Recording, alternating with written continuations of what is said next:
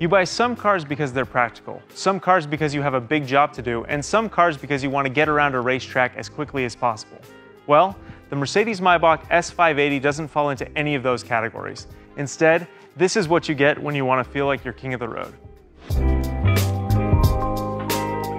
I love the Maybach, but before I can tell you more about it, please be sure to subscribe to the Motor1 YouTube channel and find us on all of your favorite social media using the handle @Motor1.com. The Maybach owes a lot of its gravitas to the fact that the standard Mercedes-Benz S-Class is already one of the most impressive luxury sedans that you can buy today. Changing it over into a Maybach required only a few little tweaks, and one very big one. As you can see, this car is 7.1 inches longer, with all of that length dedicated exclusively to the rear seats. That gives you a big square door and a cute little triangular window that's perfect for when you're reclining back there and you just want a glimpse of the outside world. People outside will also get to see you posing next to this beautiful Maybach badge, the original design from the 1930s, that makes this car feel very special. In the transition from Benz to Maybach, there are also a few small alterations up front. For example, this chrome rib runs down the center of the hood on the way to a traditional Mercedes three-pointed star, and it's probably my favorite tweak that they've made design-wise to this car. It's very subtle, you wouldn't really notice it unless you were looking for it, but from behind the wheel it feels grand, like you're driving an old 1930s luxury car. It's fabulous. Up front, there's a waterfall-style grille with a Maybach embossing that replaces the standard Mercedes grille. And then down here, there's some kind of AMG-looking elements, but there's a lot of chrome trim to make sure that you know that this is a luxury car. And then, of course, there are these wheels. These 20-inchers are fabulous, and they're meant to echo my favorite Mercedes wheel of all time, the monoblock from the 1990s. Another surefire way of knowing that you're looking at a Maybach instead of a Benz is if it has two-tone paint.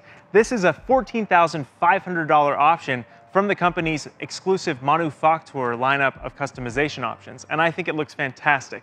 Cirrus Silver over Nautical Blue is the perfect color combination for this car, but if you don't like it, there are a few other two-tone options out there for you. From the front seat, there aren't that many clues that this is a Maybach instead of a Benz, except for the extra distance between you and the rear seat passengers when you look in the mirror. For the most part, this is standard S-Class fare, including a 12.3-inch digital instrument cluster, a 12.8-inch center touchscreen display, and a standard head-up display with augmented reality navigation. There are a few clues that you've got something a little bit special here, though, like this Manufaktur logo on the center stack. That's a clue that you spent $8,000 on the Manufaktur leather package, which wraps everything in genuine hides. The headliner, the sun visors, even the assist handles and the sides of the center console are all genuine leather, and it helps this car feel very, very rich.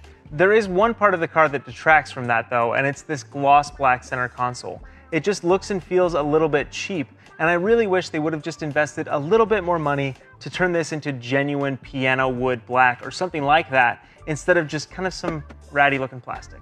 Of course, if you're shopping for a Maybach, you're probably most concerned with the rear seat, and this car obliges with an incredible amount of room and lots of comfort to go along with it.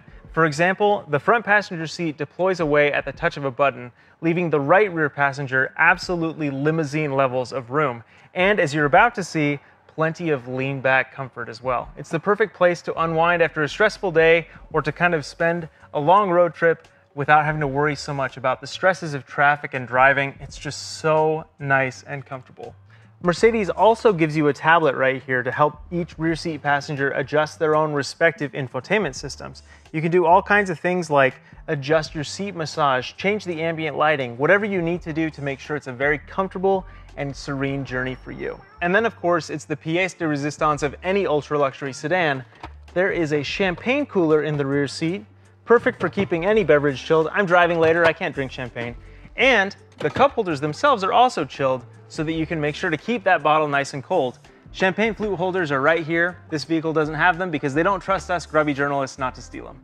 From the massagers and the beverage options to the leather-bound pillows and wood-trimmed seat backs, everything about this car is tailor-made to make the rear passenger feel special.